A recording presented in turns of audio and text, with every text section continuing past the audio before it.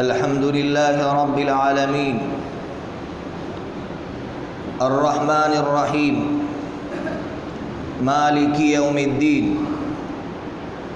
والصلاة والسلام على أشرف الأنبياء والمرسلين وعلى آله وأصحابه الصادقين المعلمين المبلغين ومن تبعهم بإحسان إلى يوم الدين.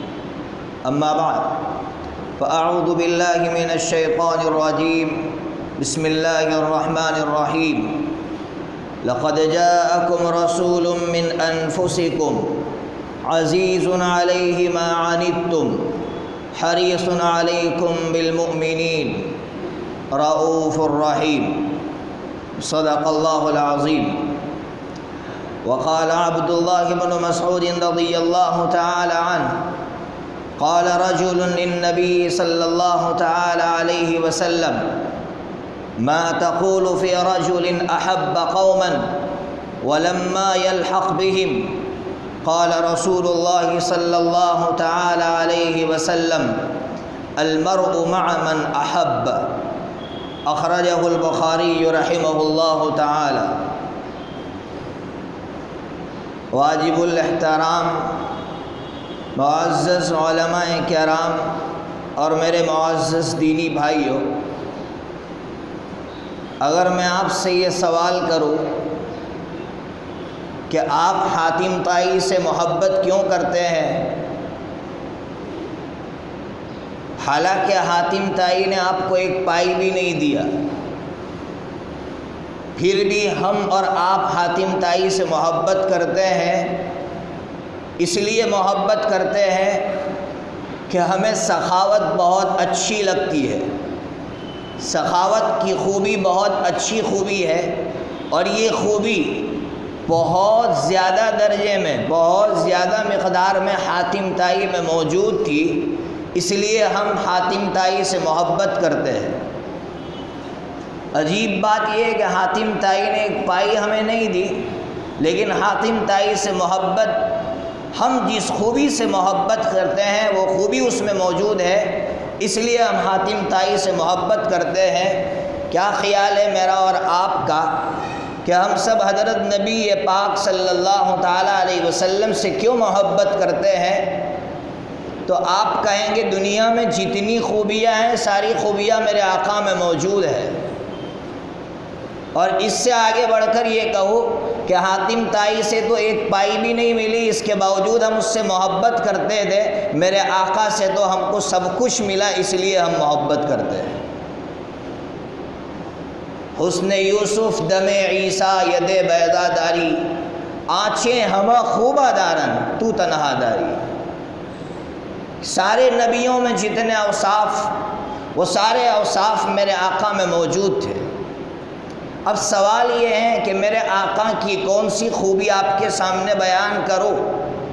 اس وقت معاشرہ کس خوبی سے بہت زیادہ دور ہے، میں آقا کی اس خوبی کو آپ کے سامنے رکھنا چاہتا ہوں، اس امید سے، اور اللہ تبارک و تعالیٰ سے یہ دعا کرتے ہوئے کہ اللہ تبارک و تعالیٰ ہمارے اندر بھی وہ خوبی پیدا کرے۔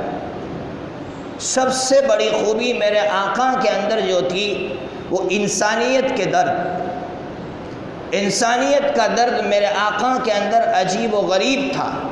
میں آپ کو 3 واقعات سناؤں گا، اس سے ہمیں سبق لینا ہے کہ میرے آقا کے اندر انسانیت کا درد جو موجود تھا وہ میرے اندر ہے یا نہیں ہے۔ پہلا واقعہ بدر کا میں آپ کو سناؤں۔ آپ جانتے ہیں مشرکین مکہ نے مسلمانوں پر کیسے مظالم ڈھائے۔ سب سے پہلی جو جنگ ہوئی اسلام کی وہ بدر کی ہوئی ہے۔ بدر میں مشرکین مکہ پکڑے گئے، ان کو قیدی بنا لیا گیا، رات کا وقت آیا، ان کو باندھ دیا گیا۔ جب رات کا ایک حصہ گزرا تو میرے آقا نے ایک صحابی سے فرمایا کسی کے کراہنے کی آواز آ رہی ہے۔ کیا فرما رہے میرے آقا؟ کسی کے کراہنے کی آواز آ رہی ہے۔ صحابی بڑے سمجھدار تھے، گئے اور ان کی رسی ڈھیلی کر کے آ گئے۔ پھر آ کر کہا اللہ کے رسول وہ تو عباس تھے، یعنی میرے آقا کے چچا تھے، عباس وہ کرا رہے تھے کیونکہ ان کو مضبوطی سے باندھا گیا تھا، میں نے رسی ڈھیلی کر لی اس لیے وہ آرام سے سو رہے ہیں۔ میرے آقا نے جب سنا کہ وہ عباس تھے تو میرے آقا نے اس صحابی سے فرمایا جاؤ جتنے قیدی ہیں سب کی رسی ڈھیلی کر دو، اگر عباس میرے چچا ہے اس بنیاد پر ان کی رسی ڈھیلی ہو سکتی ہے تو کل میری پکڑ ہوگی کہ چچا ہونے کی بنیاد پر تم نے رسی ڈھیلی کروائی تھی، جاؤ جتنے قیدی ہیں سب کی رسی ڈھیلی کر دو۔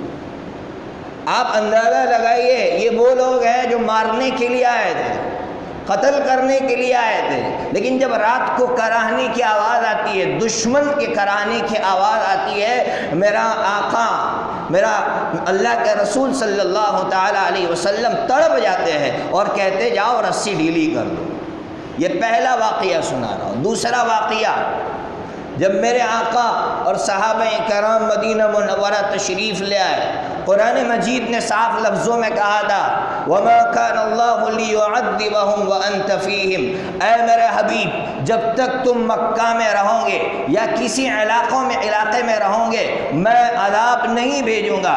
میرے آقا مکہ میں تھے، اللہ نے عذاب نہیں بھیجا، جب مدینہ منورہ تشریف لائے عذاب بھیجا، قحط پڑا، دکان پڑا، ڈراؤٹ جس کو انگریزی میں کہتے وہ پڑا، مکہ کے لوگ پریشان ہو گئے۔ مکہ کا سردار ابو سفیان جو اس وقت مسلمان نہیں ہوئے تھے میرے آقا کی خدمت میں حاضر ہوتے ہیں، میرے آقا کے سامنے ہاتھ جوڑ کر کہتے ہیں محمد تمہارے خاندان کا واسطہ، تمہارا خاندان تڑپ رہا ہے، تم جب سے گئے ہو اوپر سے اللہ کا عذاب آیا ہے، تم ہماری مدد کرو۔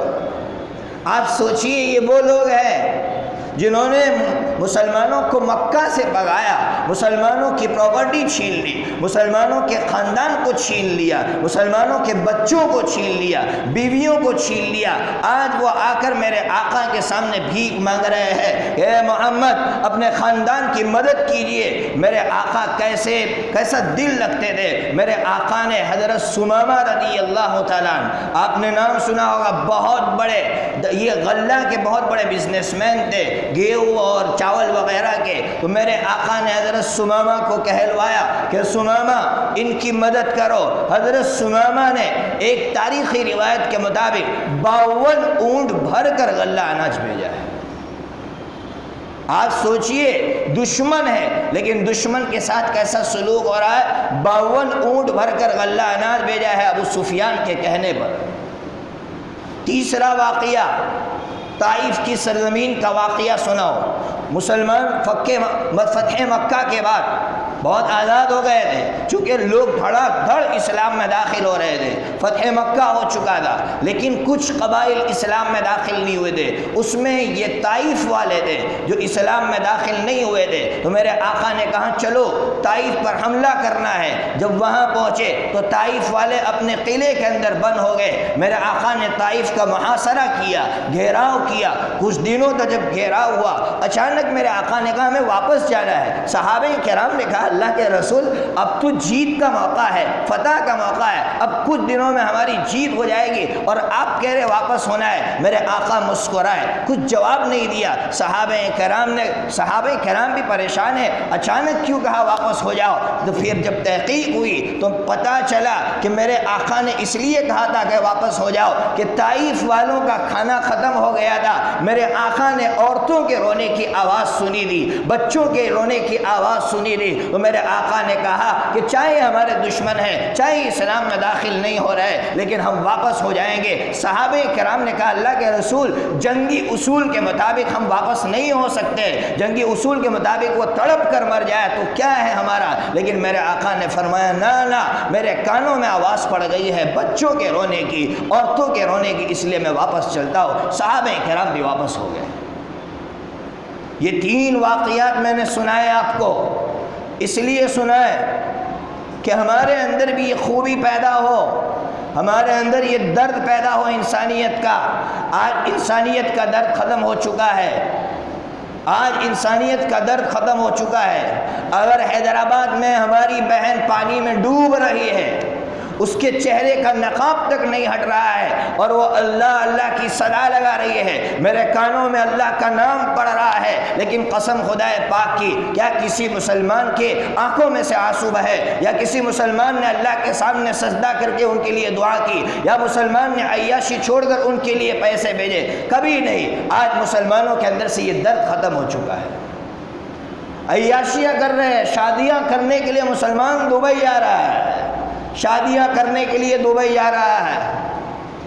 افسوس کی بات ہے، یا مسلمان تڑپ رہا ہے یا انسانیت تڑپ رہی ہے، انسانیت کا درد ختم ہو چکا ہے۔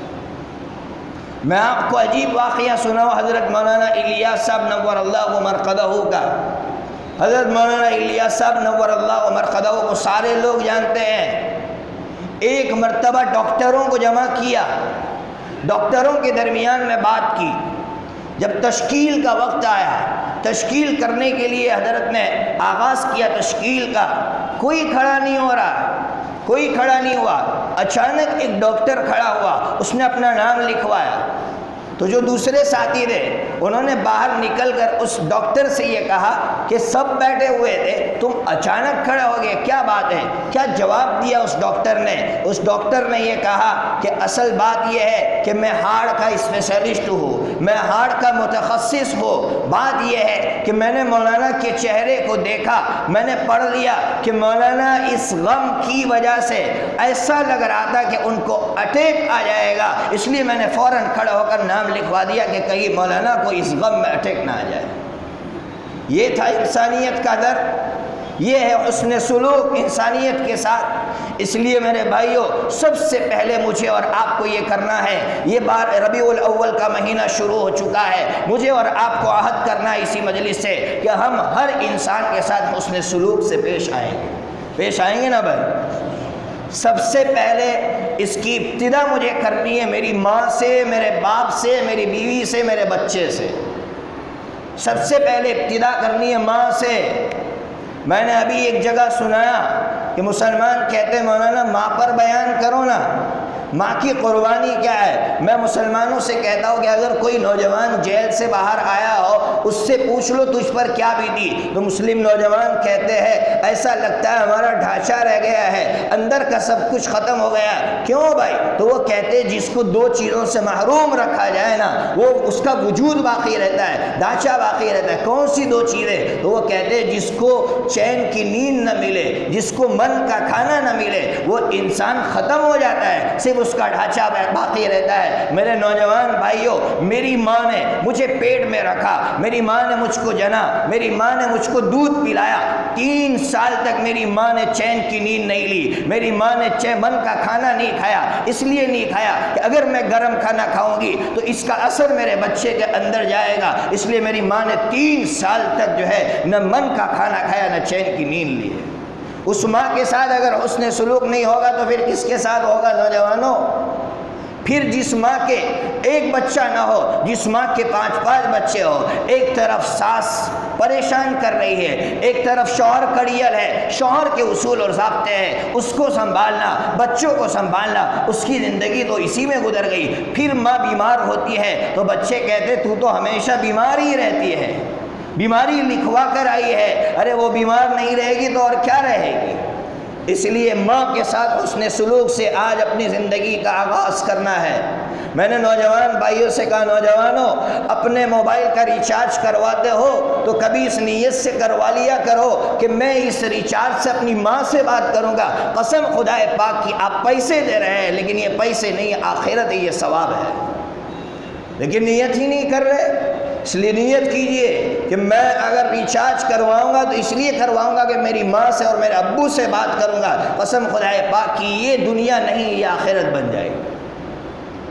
دوسری میرے آقا کی سیرت سنا رہا ہوں، یہ ایک گوشہ بتلایا حسن سلوک کا، اب دوسرا گوشہ سنا رہا ہوں۔ طائف سے میرے آقا واپس آ رہے ہیں، یہ بہت اہم گوشہ ہے، اس وقت مسلمانوں کو سمجھنے کا ہے۔ میرے آقا جب واپس آ رہے تھے، دشمن نے دیکھا کہ میرے آقا خون میں لت پت ہے تو دشمن نے اپنے باغ میں پناہ دی۔ میرے آقا اس باغ میں تشریف لے گئے، جب باغ میں تشریف لے گئے دشمن نے انگور بھیجا اپنے خادم کے ساتھ، خادم کا نام تھا عداس۔ میرے آقا وہاں انگور کھا رہے ہیں، انگور کھانے سے پہلے میرے آقا نے زور سے پڑھا بسم اللہ، زور سے پڑھا بسم اللہ الرحمن الرحیم، میرے آقا نے اللہ کا نام لیا۔ تو پھر حضرت عداہ جو مسلمان نہیں ہوئے تھے انہوں نے کہا یہ جملہ میں نے عجیب یہاں پہلی مرتبہ سنا۔ تو کہا آپ کہاں کے ہیں؟ تو کہا میں نینوا کا ہوں۔ اچھا نینوا کے، جہاں میرا بھائی یونس رہتا تھا، یعنی حضرت یونس علیہ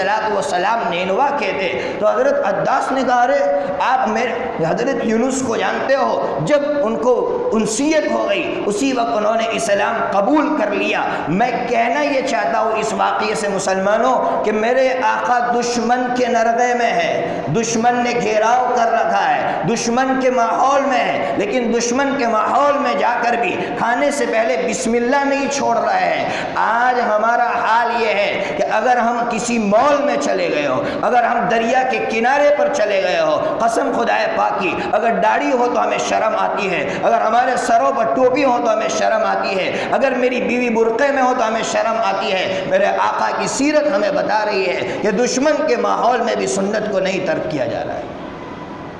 اور ہم یہ سمجھتے ہیں کہ اللہ کا نام لیں گے تو کیا ہوگا؟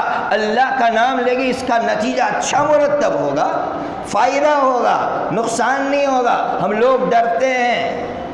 اس لیے میرے بھائیوں یہ دوسری سیرت کا دوسرا گوشہ ہے کہ مخالف سے مخالف ماحول میں بھی اللہ کو نہیں بھولنا ہے، شریعت کو نہیں بھولنا ہے۔ شریعت ہر جگہ ہمارے سینے سے لگے رہے۔ تیسری بات، ایک واقعہ سناؤں گا آپ کو جو عجیب و غریب واقعہ ہے۔ حضرت مولانا کلیم صدیقی صاحب دامت برکاتہم نے یہ واقعہ سنایا تھا ہمیں۔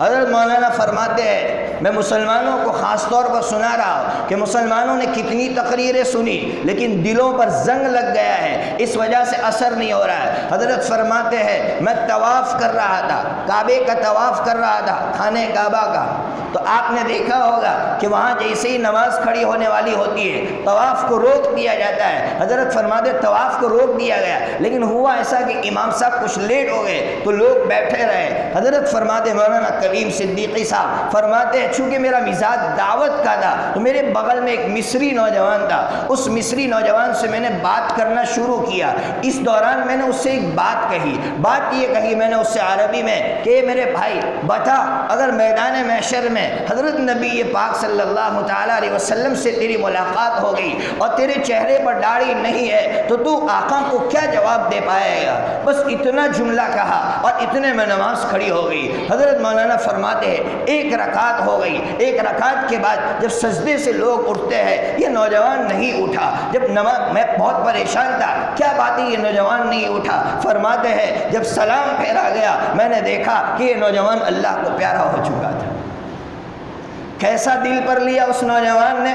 صرف اس کے دماغ میں یہ بات آ گئی کہ میدان محشر میں اگر آقا سے ملاقات ہوگی اور آقا نے پوچھ لیا تو اس کا جواب میرے پاس ہے یا نہیں ہے۔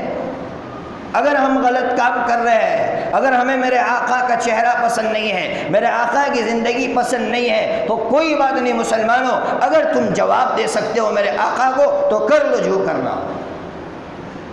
ارے وہ ڈینمارکی آپ نے سنا ہوگا، بڑی عمر کے لوگ بیٹھے ہوئے بلکہ نوجوانوں کو معلوم ہے، اس ڈینمارکی نے سب سے پہلے میرے آقا کی غلط تصویر شائع کی تھی، اس نے غلط فوٹو بنائی تھی میرے آقا کی، لیکن کیسی توبہ کی۔ صوت القرآن احمد آباد سے ایک رسالہ نکلتا ہے، اس صوت القرآن میں یہ بات لکھی گئی کہ اس ڈینمارکی نے اسلام قبول کر لیا، توبہ کر لی، تو پھر اس کے دل میں آیا کہ مجھے جانا چاہیے روضہ اقدس پر، میرے آقا کی زیارت کے لیے جانا چاہیے۔ جب باب السلام پر پہنچتا ہے اس چیخ نکلتی ہے، بے ہوش ہو جاتا ہے۔ کچھ دیر کے بعد وہاں کی جو بڑے بڑے لوگ تھے ان کے کانوں میں آواز آتی ہے کہ اللہ کا ولی آیا ہے، اللہ کا ولی آیا ہے، اس کو آنے دیا جائے زیارت کے لیے۔ وہ ہوش میں آتا ہے، جب میرے آقا کی زیارت کے لیے جاتا ہے وہاں ایک عرب عالم اس سے پوچھتے ہیں کیا بات ہے آپ نے اتنا بڑا گناہ کر لیا؟ تو اس ڈینمارکی نے، اللہ ان کی مغفرت فرمائے، اللہ رحمت کی بارش فرمائے، انہوں نے عجیب جواب دیا کہ دیکھو میں یہودی ہوں، ہم تو بزدل لوگ ہوتے ہیں، یہود قوم سب سے بزدل قوم ہوتی ہے۔ یہ کہا کہ ہم تو بزدل لوگ ہیں، لیکن دراصل بات یہ ہے ہم بھی ڈرتے تھے کہ اگر حضرت محمد صلی اللہ تعالیٰ علیہ وسلم کی غلط فوٹو بنائی جائے گی اوپر سے عذاب آئے گا، لیکن جب میں نے مسلم نوجوانوں کو دیکھا کہ وہ دھڑلے سے اپنا چہرہ اڑاتے ہیں، داڑھی اڑاتے ہیں، لیکن اللہ کا عذاب نہیں آتا، تو ان مسلم نوجوانوں کے چہرے نے میرے اندر ہمت پیدا کی، اس لیے میں نے ایسی فوٹو بنائی تھی۔ ظلم اہلک یا اسلام، اے اسلام تجھ پر سب سے پہلے مسلمانوں نے ظلم کیا ہے، اس لیے میرے آقا کی سیرت کو اپنے اندر پیدا کرنے کی ضرورت ہے۔ ہم میرے آقا کی سیرت کو صرف رو کر گزار دے دیں کہ میرے آقا کی زندگی ایسی تھی، بنانے کی کوشش کرو۔ میں آپ کو دو چیزیں سناتا ہوں۔ ایک بات میرے آقا کی سنت تھی، اس سنت پر مجھے بھی عمل کرنا ہے اور آپ کو بھی عمل کرنا ہے۔ سنت یہ تھی کہ میرے آقا جب کسی سے ملاقات فرماتے، صحابی فرماتے ہیں کہ میرے آقا جب ملاقات فرماتے ایسا لگتا سب سے زیادہ مجھ سے محبت فرماتے ہیں۔ کیا میں اس سنت پر عمل کرتا ہوں؟ میں ایک عالم ہوں، مجھ سے لوگ ملاقات کے لیے آتے ہیں، تو اگر کوئی بڑا آ گیا تو اس سے پرتفاق طریقے سے ملتا ہو، اور کوئی چھوٹا آ گیا تو اس طرح اس کی طرف چہرہ بھی نہیں کرتا ہو۔ اگر کوئی مزدور ملنے کے لیے آ گیا، کوئی غریب ملنے کے لیے آ گیا تو اس سے کس طرح ملاقات کرتا ہو، اور کوئی مالدار ملنے کے لیے آ گیا تو اس سے کس طرح ملاقات کرتا ہو۔ اگر ملاقات میں فرق ہے تو میرے آقا کی سنت چھوٹ رہی ہے، اس سنت کو زندہ کرنے کی ضرورت ہے۔ ایک غریب سے بھی اس طرح ملا جائے گا، اس کو احساس ہو کہ سب سے زیادہ مجھ سے محبت کرتے ہیں۔ اور دوسری بات، کھانا جو کھاتے ہیں ہم لوگ ٹیک لگا کر کھاتے ہیں، اس عمل کو چھوڑنے کی ضرورت ہے۔ میرے آقا کے بارے میں بخاری شریف میں ہے، ما اکل النبی صلی اللہ تعالی علیہ وسلم طعاما متکئا قط، میرے آقا نے ٹیک لگا کر کبھی کھانا نہیں کھایا۔ حضرت شیخ یونس صاحب نور اللہ مرقدہ، جو مظاہر کے شیخ الحدیث سے بلکہ پوری دنیا کے شیخ الحدیث تھے، ان کے بارے میں لکھا ہے کہ حرم پاک میں تشریف فرما دے، کسی نے چاکلیٹ یا بسکٹ کھانے کے لیے دی تو وہ تو بہت معذور تھے، آپ جانتے ہیں، بالکل ڈھیلے ڈھالے ایسے پڑے رہتے تھے، تو کرسی پر ویل چیئر پر بیٹھے ہوئے تھے، کسی نے بسکٹ کھانے کے لیے دی، یوں بیٹھے ہوئے تھے، یوں ہوئے اور بسکٹ کھائی۔ کسی نے پوچھا حضرت آپ حرام سے کھائیے، فرمایا نہ، میرے حبیب نے زندگی میں کبھی ٹیک لگا کر نہیں کھایا، میں کیسے ٹیک لگا کر کھا سکتا ہوں۔ یہ تھی ان کی زندگیاں جو ہمیں سبق دیتی ہے کہ ہمیں میرے آقا کی سیرت پر اپنی زندگی کو بنانے کی ضرورت ہے۔ اللہ تبارک و تعالیٰ سے دعا کرے کہ اللہ تبارک و تعالیٰ مسلمانوں یہ جو کام دیے وہ تو کرنے ہیں، اس مہینے میں دو کام کر لو۔ ایک کام تو درود کا خوب اہتمام کرو، اور دوسرا کام رو رو کر دعا کرنا ہے کہ اے اللہ جو زندگی آپ نے آقا کو دی تھی اور آپ وہی زندگی ہم سے چاہتے، ہماری زندگیوں کو بھی اسی کے مطابق بنا دے۔ بس یہ دو کام کرتے رہیے، اللہ تبارک و تعالیٰ کی نصرت شامل حال ہوگی۔ وآخر دعوانا ان الحمد للہ رب العالمین۔